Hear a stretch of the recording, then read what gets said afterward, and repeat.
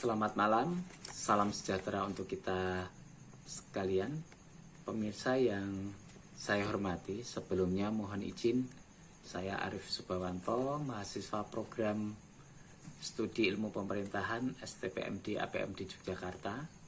Nomor induk mahasiswa 205-20173. Dalam kesempatan ini, izinkan saya untuk belajar membahas tema tentang hubungan warga negara dengan pemerintah di Indonesia. Dalam waktu kurang lebih 10 menit ke depan, sebagai tugas ujian tengah semester genap tahun 2021-2022 di mata kuliah Negara dan Masyarakat Sipil, program studi ilmu pemerintahan yang diampu oleh beliau Bapak Sutoro Eko Yunanto MSI. Sebelum kita bahas lebih lanjut mengenai tema kita tentang hubungan warga negara dengan pemerintah, kita bahas tentang apa itu warga negara.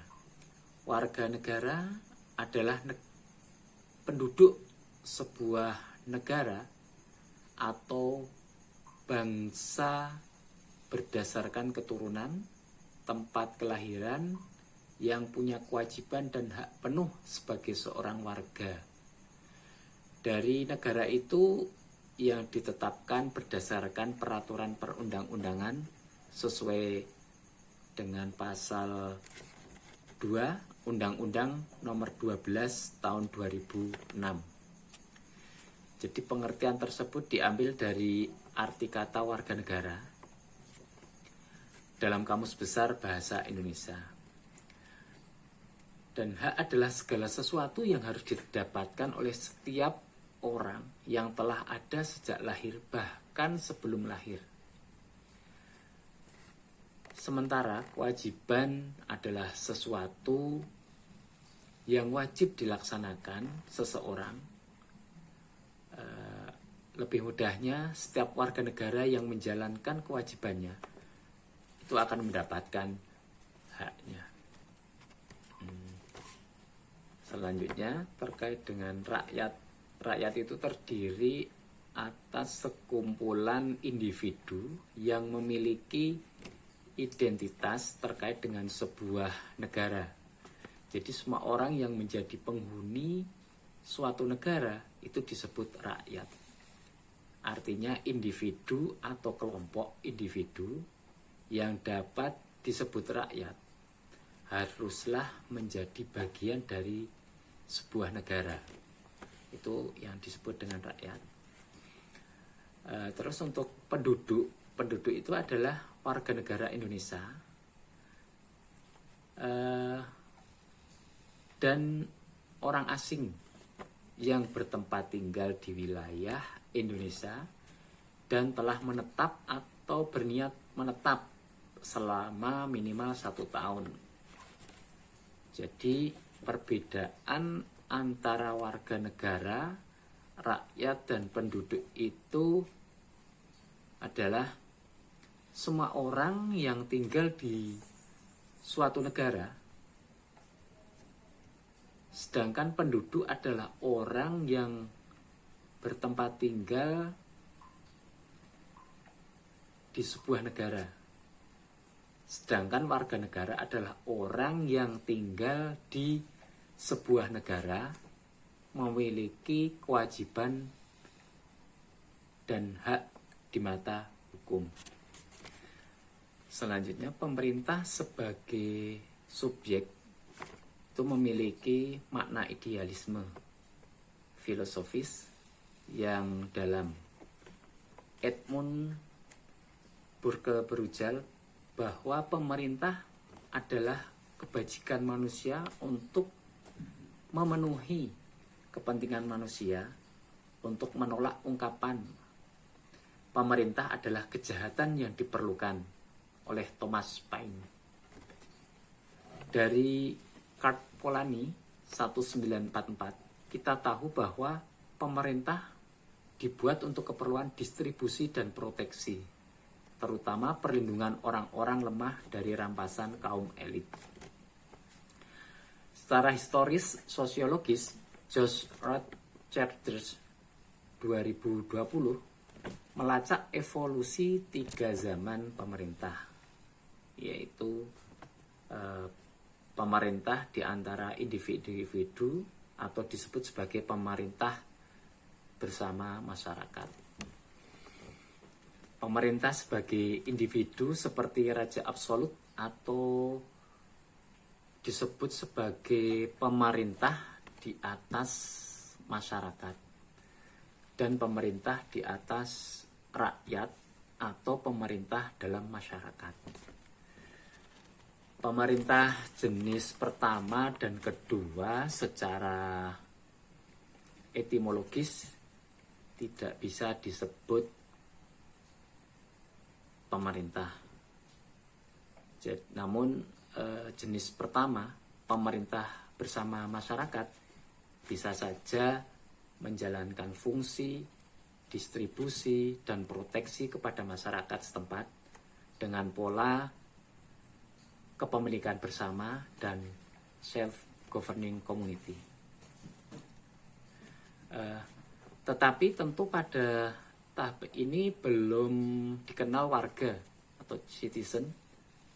Pemerintah di atas rakyat lebih tepat sebagai penguasa absolut yang tidak melayani dan melindungi rakyat, melainkan malah melindas dan menghisap rakyat.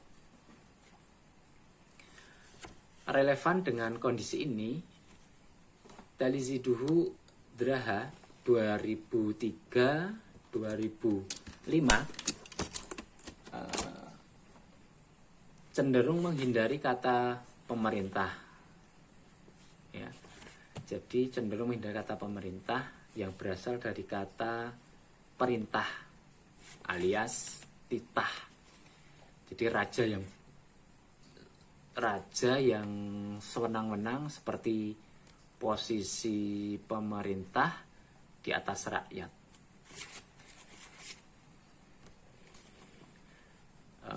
Ada beberapa definisi mengenai sistem pemerintahan, sama halnya terdapat macam-macam jenis pemerintahan di dunia. Masuk ke materi tentang hubungan warga negara dengan pemerintahan itu bagaimana? Saya memahami pemerintah secara semesta sebagai fenomena sosial yang bukan saja berpusat pada aktor institusi yang memerintah, bukan pula sekedar kantor-kantor negara atau manajemen perkantoran.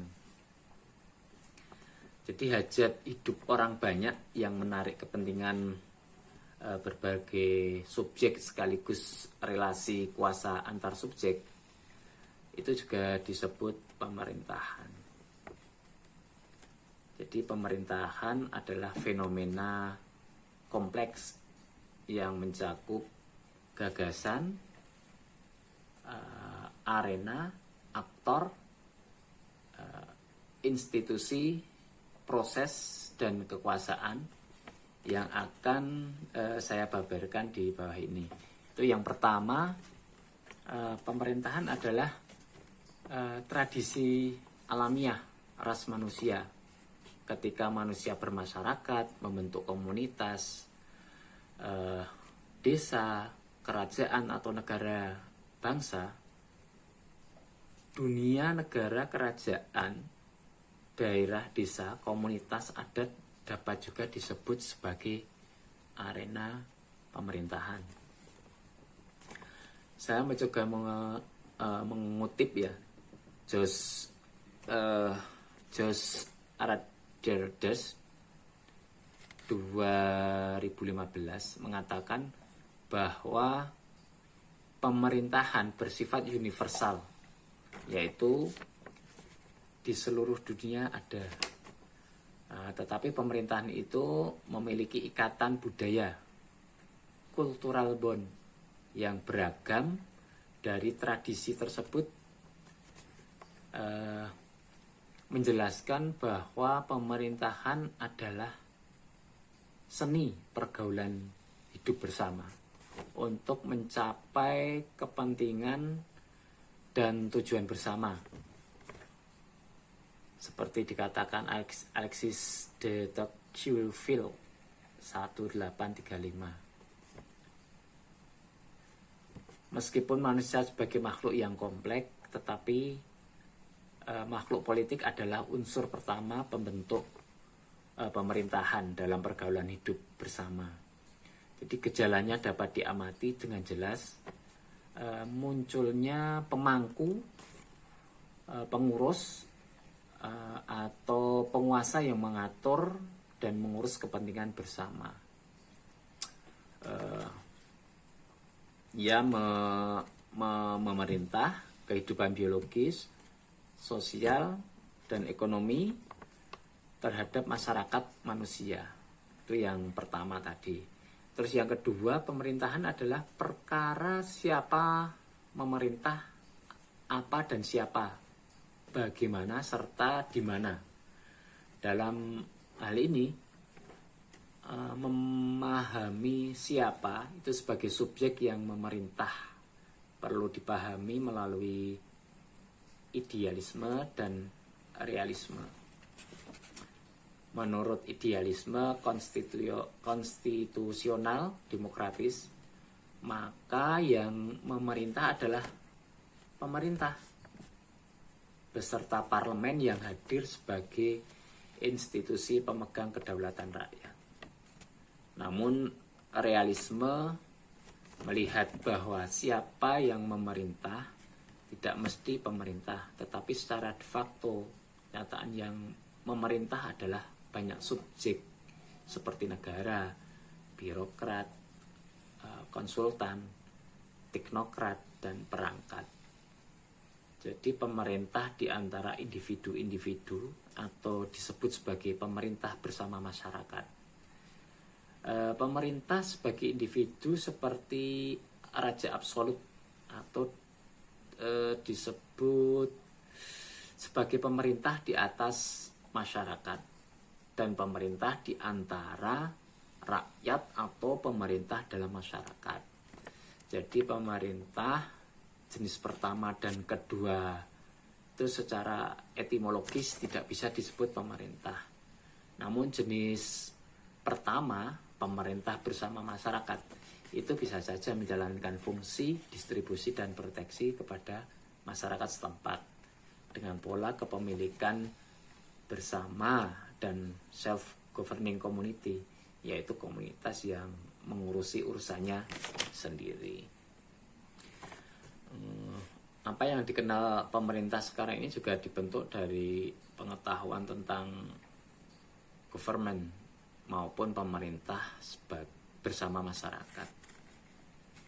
Tidak ada pemerintah, rakyat, dan warga. Sebaliknya, negara populis tidak tersentral pada kepala, melainkan badan dan kaki tangan yang memiliki otonomi sendiri atau disebut dengan self-government. Dengan kata lain, dalam negara populis itu ada pemisahan antara negara dan pemerintah. Pemerintah hadir agar negara tidak absolut. Pemerintah dibentuk oleh rakyat dan pemerintah bekerja untuk membebaskan warga sebagai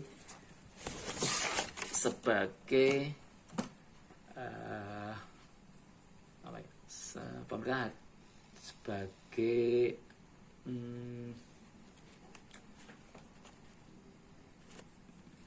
sebagai pemilik negara.